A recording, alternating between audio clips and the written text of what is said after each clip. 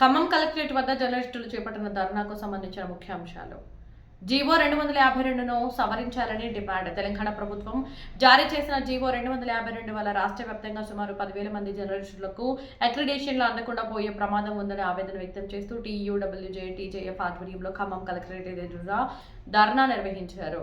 అక్రిడేషన్ల సంఖ్యను 20 కరెస్పాండెంట్లు, డెస్క్ జర్నలిస్టులు తాజా జీవోలో 12కు తగ్గించడం, జిల్లా స్థాయిలో కోత, శాటిలైట్ ఛానళ్లకు జిల్లాకు 4 అక్రిడేషన్లు ఇచ్చే పద్ధతిని మార్చి కేవలం 2 మాత్రమే ఇవ్వాలని నిర్ణయించడం, మీడియా కార్డు విభజన, డెస్క్ జర్నలిస్టులకు ప్రత్యేకంగా మీడియా కార్డు ఇచ్చి విభజన చేయడం సరికాదని నేతలు మండిపడ్డారు.